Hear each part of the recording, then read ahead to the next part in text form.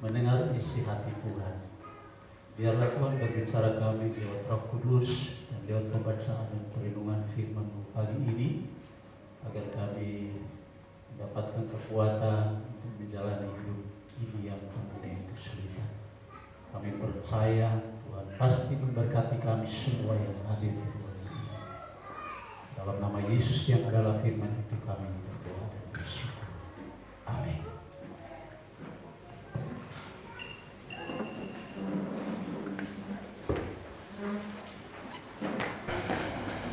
Shalom Bapak Ibu.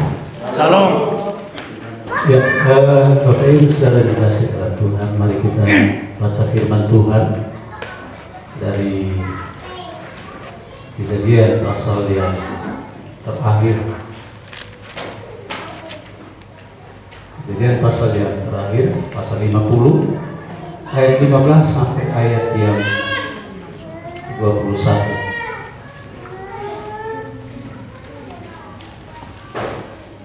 Kejadian pasal 50 ayat 15 sampai ayat yang 21. Saya undang kita berdiri, kita menghormati firman Tuhan. Saya baca ayat 15, Bapak Ibu menyimaknya. Kita perikopnya berkata, Yusuf menghiburkan hati saudara-saudaranya. Ketika saudara-saudara Yusuf melihat bahwa ayah mereka telah mati, berkatalah mereka, boleh jadi Yusuf akan mendendam kita dan membalaskan sepenuhnya kepada kita segala kejahatan yang telah kita lakukan kepadanya. Sebab itu, ya. Sebelum ayah mati, ia telah berpesan. Beginilah harus kamu katakan kepada Yusuf, ampunilah kiranya kesalahan saudara-saudaramu dan dosa mereka, sebab mereka telah berbuat jahat kepadamu. Maka sekarang ampunilah kiranya kesalahan yang dibuat hamba-hamba Allah ayahmu. Lalu menangislah Yusuf ketika orang berkata demikian kepadanya. Juga saudara-saudaranya sendiri dan menjadi depannya serta berkata, kami datang untuk menjadi budak. Tetapi Yusuf berkata kepada mereka, janganlah takut, sebab aku inikah pengganti Allah? Memang kamu telah memperkarakan yang jahat kepada aku, tetapi Allah telah memperkarakan yang untuk kebaikan, dengan maksud melakukan seperti yang terjadi sekarang ini, yang memelihara hidup suatu bangsa yang besar. Jadi janganlah takut, aku akan menanggung makanmu dan makan anak-anakmu juga. Demikianlah ia menghiburkan mereka dan menenangkan hati mereka dengan perkataannya. Silakan duduk Bapak Ibu Saudara. Berbahagia adalah yang mendengar, memelihara dan melakukan dalam hidup sehari-hari. Pernah membaca Bapak Nelson Mandela. Nelson Mandela sebelum dia jadi seorang jadi presiden, 27 tahun dia di penjara. Dan ketika dia di penjara, ada satu sipir di penjara itu menyiksa dia, menghina dia, mengolok, mengejek dia. Bahkan dia pernah, Nelson Mandela pernah diikat oleh sipir ini dan digantung. Kemudian kakinya diikat lagi dan digantung terbalik. Ketika Nelson Mandela diperlakukan seperti itu, sipir ini, Bapak Ibu, minta maaf, dia kencingin lagi Nelson Mandela saat ada dalam penderitaan. Dan setiap hari, hampir setiap hari, Nelson Mandela mengalami penderitaan demi penderitaan. 27 tahun dia di penjara. Hampir kehidupan Nelson Mandela ini mengalami kehidupan yang sulit, penderitaan yang dialami dan karena dilakukan oleh sipirnya. Lalu tiba waktunya Nelson Mandela bebas dan keluar dari penjara. Kemudian dia diikuti pencalonan presiden tahun 1994. Lalu dia lolos jadi presiden Afrika Selatan. Hal pertama yang dilakukan ketika Nelson Mandela menjabat sebagai presiden di Afrika Selatan, di hari pertama dia kerja, dia suruh ajudannya untuk pergi dan cari sipir itu yang pernah menyiksa dia di penjara. Lalu ajudan ini pergi dan cari sipir ini dan akhirnya ketemu, dan dia sampaikan, ajudannya sampaikan kepada sipir ini bahwa Pak Presiden panggil untuk ke istana. Waktu dalam perjalanan, sipir ini cuma bertanya-tanya dalam hatinya, saya pasti dihukum dengan berat karena perlakuan saya kepada Presiden waktu dia ada di penjara. Ketika sampai di penjara di istana, Bapak Ibu, apa yang dilakukan oleh Nelson Mandela? Dia peluk dia rangkul dia, dan dia katakan kepada dia, sipir ini, orang pertama yang aku akan temui ketika aku jadi presiden adalah kamu. Sipir ini makin gemetar. Dia mengira bahwa dia akan dihukum dengan begitu berat. Tetapi Nelson Mandela katakan kepadanya bahwa saya mengampuni kamu dan saya tidak akan membalas kejahatan yang kamu pernah lakukan kepada saya. Tapi komitmen saya kepada Tuhan adalah saya siap untuk mengampuni kamu. Dari kisah ini, Bapak Ibu, seorang presiden sebelum jadi presiden dia diperlakukan dengan tidak baik. Tetapi ketika dia menjabat sebagai presiden, dia rela mengampuni sipir yang pernah memperlakukannya dengan tidak benar. Saudara yang dikasih dalam Tuhan, berbicara tentang Yusuf, tentu kita diingatkan tentang Yusuf yang pernah menjadi narapidana.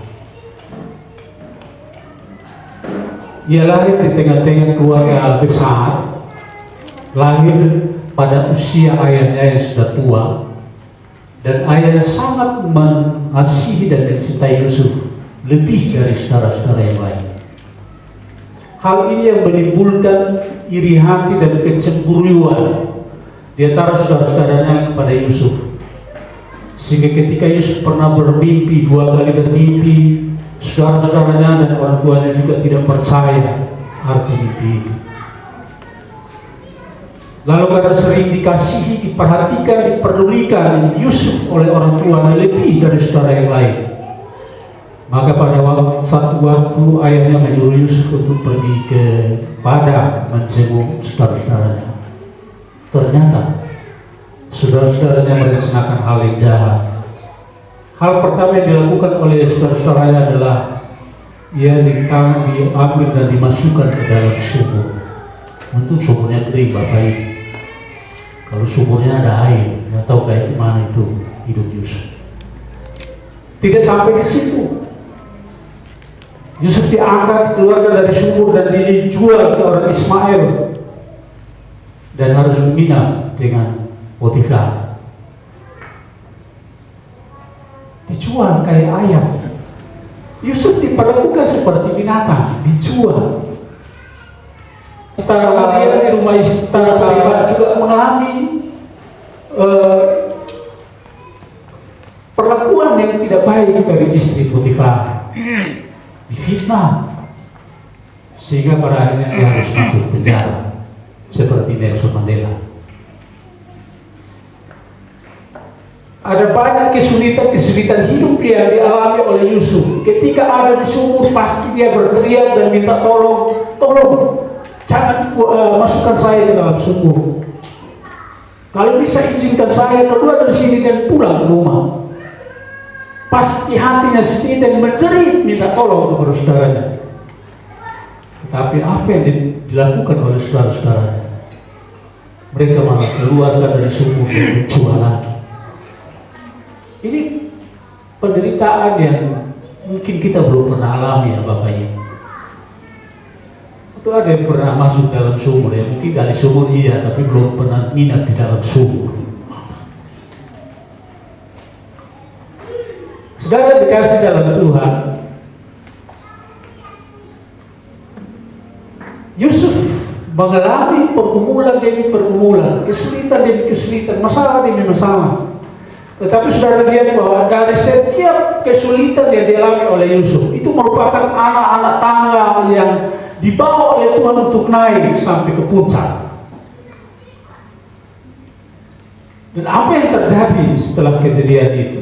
Habis keluar dari penjara, ternyata benar Tuhan membawa Yusuf naik dari tangga pertama, kedua, ketiga, sampai kepada tangga yang paling atas. Diangkat oleh Tuhan menjadi pejabat tertinggi di Mesir. Ini hal yang luar biasa bahwa kejahatan yang dilakukan oleh saudara-saudara Yusuf adalah kejahatan yang tidak bisa ditolerir.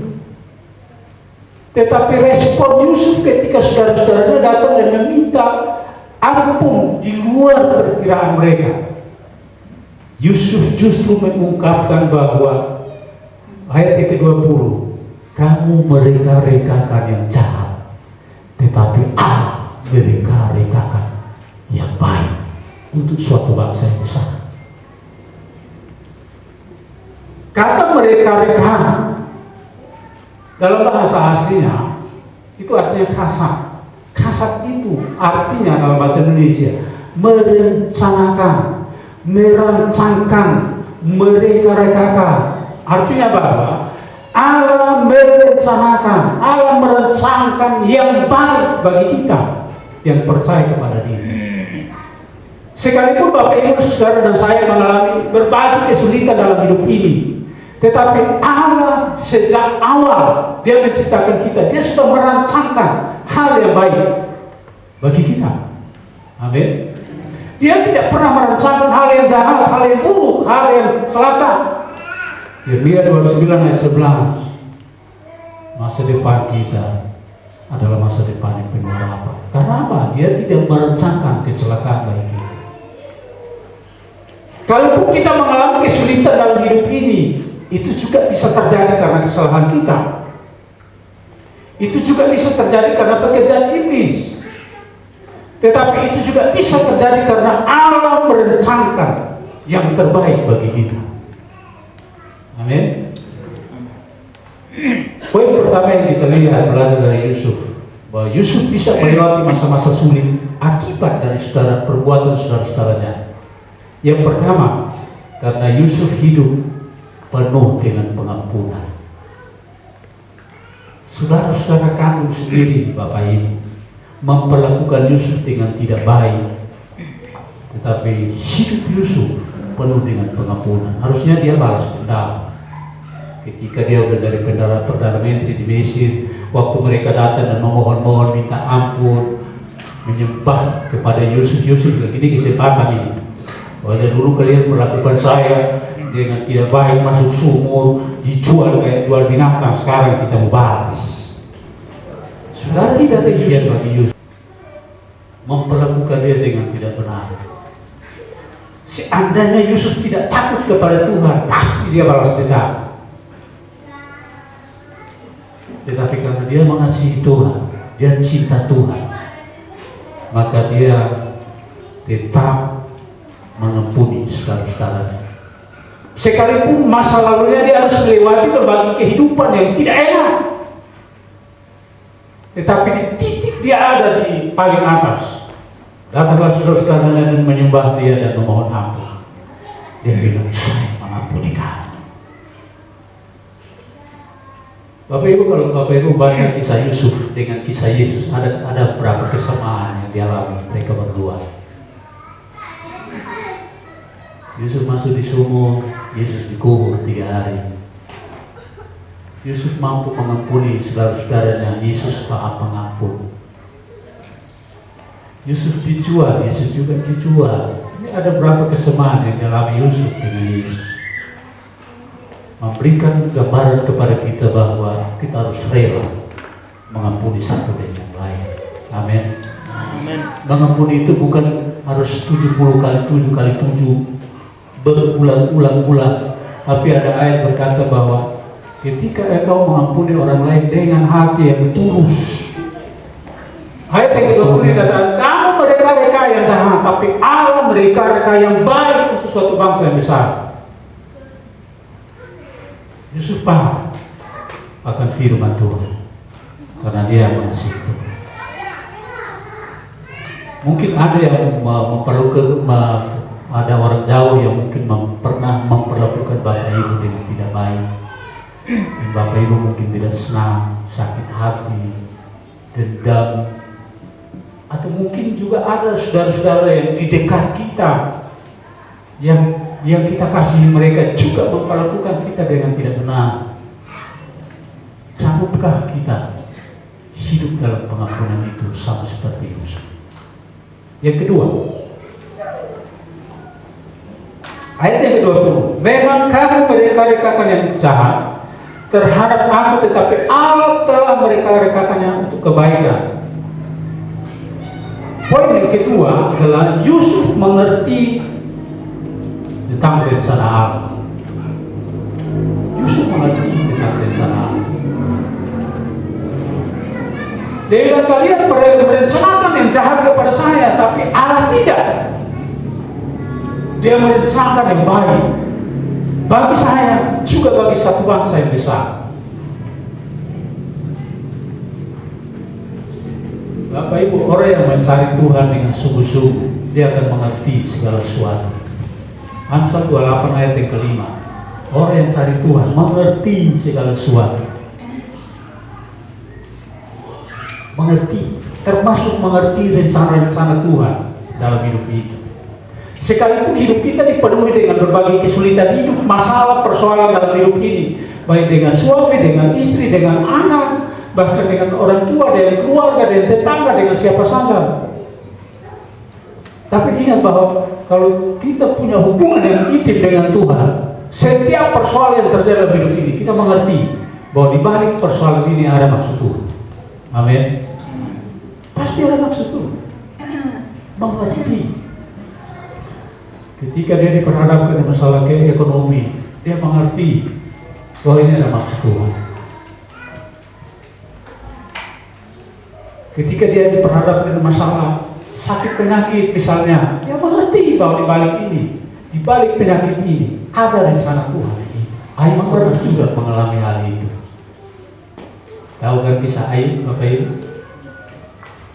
Seorang yang saleh, takut Tuhan, jujur, tidak berdosa, punya anak 10, punya ternak sekian ribu ekor, dan orang yang terkaya di zaman itu adalah Ayub.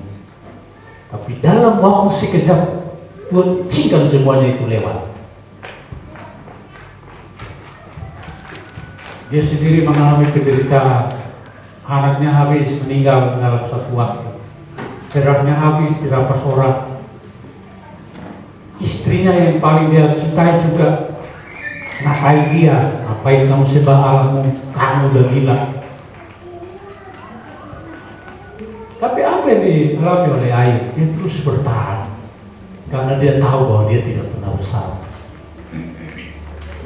Dan di pasal yang terakhir, pasal 42, Ayub 42 ayat yang pertama, satu statement yang keluarkan oleh Ayub adalah bahwa aku mengerti bahwa tidak ada rencana Allah yang gagal dalam hidup ini. Walaupun dia habis-habisan karena masalah yang dialami, tapi di Ayub pasal terakhir dia bilang tidak ada rencana Allah yang gagal. Banyak kali kita yang gagal bukan karena Allah. Allah tidak pernah gagal dalam hidup ini. Saya pernah menjelaskan di sini bahwa ketika kita lahir di dunia ini, itu Allah sudah merancangkan yang terbaik. Kalau kita menjalani hidup ini sekitar 70 tahun, dari awal Allah sudah merancangkan yang terbaik untuk kita capai di umur 70 tahun. Tetapi perjalanan dari umur 1 sampai umur 70 tahun, kita akan jatuh bangun. Akan ada kesulitan-kesulitan kita hadapi, ada suka dan duka yang kita hadapi. Kadang kita tertawa, kadang kita menangis. Tapi ingat bahwa kita akan sampai di tahun yang ke-70 untuk mencapai rencana Allah yang tidak pernah gagal dalam hidup ini. Itu sebabnya perjalanan kita dari tahun pertama sampai di tahun yang terakhir, disyukuri aja Bapak Ibu. Mau ngeluh, nggak akan selesai masalah. Disyukuri, dijalani dengan happy. Karena rencana tidak ada yang gagal. Yang terakhir, yang ketiga, bagaimana Yusuf bisa melewati masa-masa sulit ini? Yusuf bukan hanya mengampuni, bahkan mengerti rencana Allah, tetapi dia juga bertanggung jawab untuk tetap memelihara saudara-saudaranya. Dia punya tanggung jawab memelihara saudara-saudara. Ayat yang ke-21 dikatakan, jangan takut, aku akan menanggung makanmu dan makan anak-anakmu juga. Artinya, Yusuf seorang yang bertanggung jawab terhadap keluarga, meskipun dia pernah mengalami perlakuan yang tidak baik dari keluarganya. Tapi ia masih saja mau memelihara mereka dan menempatkan mereka sebagai keluarga yang terpandang di misi. Yusuf mengabaikan semua perlakuan mereka yang jahat. Dia tidak mengingat kesalahan mereka, tetapi dia mau memelihara mereka, menjamin, bertanggung jawab untuk memelihara mereka. Yesus pernah memberi 5.000 orang untuk makan. Yesus juga memberikan gambaran kepada kita bahwa dia juga bertanggung jawab untuk keluarga. Ini merupakan ciri seorang yang memiliki integritas di hadapan Allah. Banyak Bapak Ibu keluarga yang berantakan karena tidak ada kesatuan lagi di sana, sehingga mereka hanya peduli dengan diri mereka sendiri. Padahal jika keluarga itu bersatu, maka itu merupakan satu aset yang besar bagi kerajaan Allah. Keluarga itu kuat, keluarga itu akan ada kekuatan kalau keluarga itu hidup dalam persatuan dan kesatuan. Oleh karena itu, Bapak Ibu yang dikasihi oleh Tuhan, jika ada yang mungkin belum kita selesaikan dengan saudara kita, keluarga kita, atau orang lain yang tidak kita kenal, yang pernah menyakiti kita, membuat kita kecewa dan terluka, mari kita belajar dari Yusuf bahwa hidup kita ini harus penuh dengan pengampunan satu dengan yang lain. Hidup kita juga harus mengerti bahwa di balik setiap persoalan yang kita alami dalam hidup ini ada rencana Allah yang tidak pernah akan gagal dalam hidup ini. Dan yang ketiga, bahwa kalau Yusuf memelihara keluarganya, kita juga harus sanggup. Mungkin ada di antara kita yang ada keluarga yang hidup ekonominya ada di atas, saudaranya mungkin ada di bawah. Itu harus kita saling memperhatikan satu dengan lain. Orang sering bilang, wih hebat ya, lihat ada hotel. Yang punya hotel bukan saya. Ada yang selalu orang ini hebat ya, keluarga saya. Yang punya hotel dia bukan saya. Orang tiap hari dia tidur di situ. Saya tidur di kampung. Tapi biar seperti itu kami aman apa namanya? Mereka lihat kalau kakak itu walaupun dia seperti itu, dia peduli dengan kami juga. Dia peduli dengan adik-adiknya. Walaupun almarhum kakak kandung itu udah ada, tapi dia saya salut karena dia hidup dalam pelayanan dan dia mau memberkati banyak orang, termasuk keluarga juga dia perhatikan. Tapi bukan berarti karena dia seperti itu lalu kami tidak bisa Bapak ini. Yusuf mengajarkan kita supaya peduli juga dengan keluarga. Amin.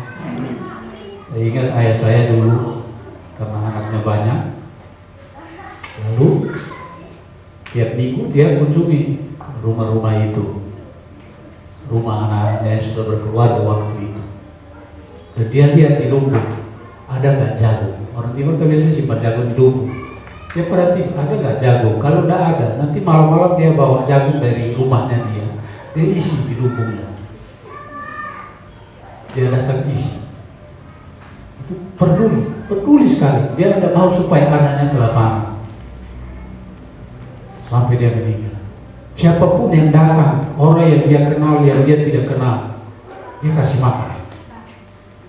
Dia peduli dengan orang lain. Sampai orang bertanya, kenapa kau lakukan itu kepada kami? Karena kita bukan saudara. Bilang, saya lakukan ini karena anak saya merantau. Dan saya berharap di perantauan sana anak saya juga ada yang perlakukan dia sama seperti kamu saya perlakukan.